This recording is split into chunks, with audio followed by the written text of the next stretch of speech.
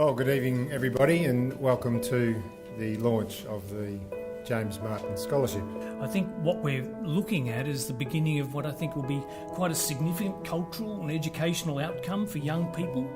And what we're doing is bringing to life the stories of men and women who went to World War I. I first came across Jim Martin's story about 20 years ago. He was born in Tocumwal. There were 6 children. Jim was number 3. They moved to Melbourne when Jim was about 7, and his mother ran a boarding house in Mary Street, just off Glenferrie Road here. He went to the Manningtree Road School. He finished there at the end of 1914, just after the First War had been declared. Young Jim served in the infamous trenches of Gallipoli, and at one point he wrote to his family to tell them that the Turks were 70 yards away from him, but then went on to assure them that they shouldn't worry because he was doing splendid. I remember I used to look up at the clock on my way down Glenferrie Road from Mary Street to my school, just across the way there actually. And he was believed at 14 and 9 months to have been the youngest of the Anzacs. State school teacher, engine driver, photographer, carpenter, wicker worker, seaman, miner, teamster, labourer, farmer, stoker, clerk, butcher. They all had lives. Always wanted to be a farmer. Settle down with Hilda. Have a few kids. In September that year, young Jim arrived on the shores of Gallipoli, deployed to top up the ranks and join the bloody stalemate between the Anzacs and the Turks. Ladies and gents, this is my mate Brummy, Norman Brum, 18 years old, from Albury. Oh, he used to live up with his auntie in 19 Kelvin Grove. They call it Station Street now. So these are just ordinary fellows who have gone off to fight. Bert Pollard, an old man at 24 years old, originally from 100 Walpole Street in Kew. Ugh. He went bush, wanted to be a farmer, and met his sweetheart, Hilda.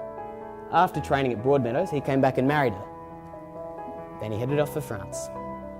With, 8 months spent on Gallipoli for 8,000 casualties. On the 19th and 20th of July 1916, over 5,500 were lost in one night. And after a period of bitter cold and heavy rain, young Jim became sick. He initially refused treatment.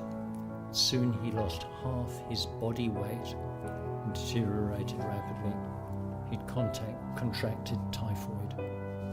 On October the 25th, 1 month only after touching down at Gallipoli, young Jim was evacuated to the hospital ship HMHS Glenot Castle.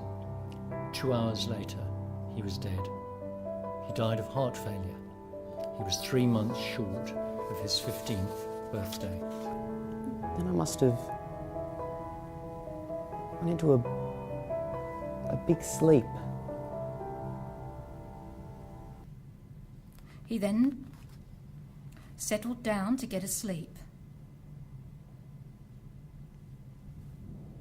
But died quite suddenly and quietly of heart failure at 6:40 p.m.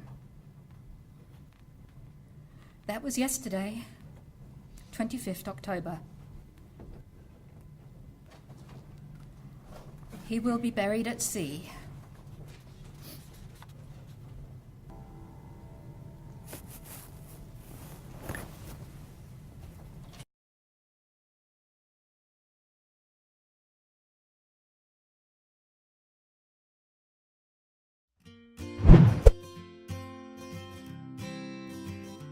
We have a classroom with computers, and on the computer screen, students will see on the right-hand side perhaps the image, a bit of information about the person.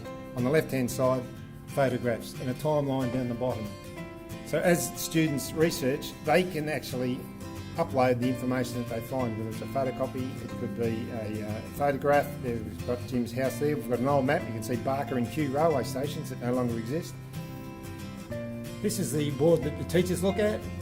It's all set out with lesson plans, tests, multiple choice, all of that. We've made it so it is so easy for the teacher just to go, yep, when I teach the students in Year 9 history, I'm not going to teach about Egypt, I'm not going to teach about the American Civil War, I'm going to teach about the Anzacs.